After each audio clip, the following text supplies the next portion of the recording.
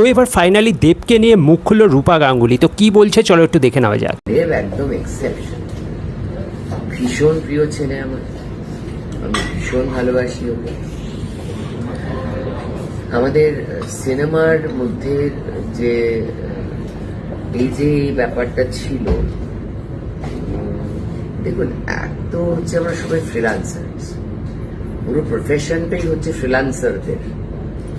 তো সেখানে দেব এটা একটা নিদর্শন হিসেবে প্রমাণ করেছে, এটা রাখতে চেয়েছে মানুষের কাছে, বারবার করেছে সবাই একত্রিত হন সিনেমার জন্য, এইভাবে ভাগবাটরা করবেন না। তো yes, tried is in his own way. বুঝতেই পারছো যে সরকার বদলের সাথে সাথে কিন্তু আমরা দেখেছি ইন্ডাস্ট্রির মধ্যে অনেক রকম কাদা ছোড়াছড়ি হয়েছে, কিন্তু ব্যতিক্রম শুধু এই একটা মানুষ অর্থাৎ দেব, যাকে নিয়ে কিন্তু বিশেষ কেউ খুব বেশি কিছু মন্তব্য কিন্তু করেনি। কারণটা হলো যে আমরা দেখেছি যে যখন টিএমসির জমানা ছিল এবং দেব যখন সেখানের একটা এমপি পদে ছিল, কিন্তু তারপরেও সে কিন্তু প্রতিটা মানুষের সাথে কাজ করেছে। সে কিন্তু এটা দেখেনি যে সে কোন দলের লোক।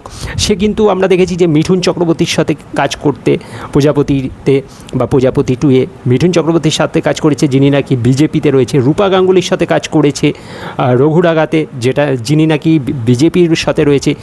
তো এমনকি এটাও হয়েছে যে তার ছবি কিন্তু নন্দনের রিলিজ হয়নি। দেব একজন টিএমসির এমপি হওয়া সত্ত্বেও কিন্তু তার ছবি নন্দনে রিলিজ হয়নি। কারণ হচ্ছে সে তাদের বিরোধী দলের কোনো নেতা মন্ত্রী বা কোনো সদস্যকে নিয়ে কাজ করেছে, যে কারণে তার ছবি নন্দনে রিলিজ করতে দেওয়া হয়নি। কিন্তু তা সত্ত্বেও কিন্তু তাকে দমানো যায়নি বা সে থেমে থাকেনি।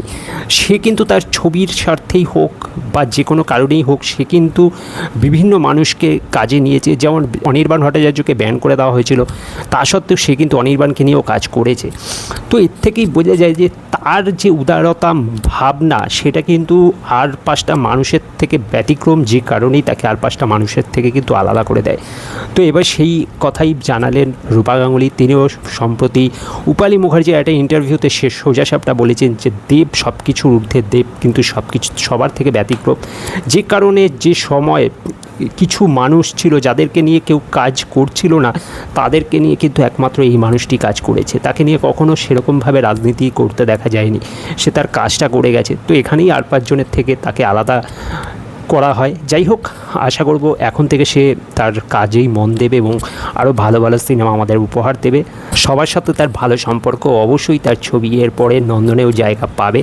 তো চলো, আজকের ভিডিও এ পর্যন্তই।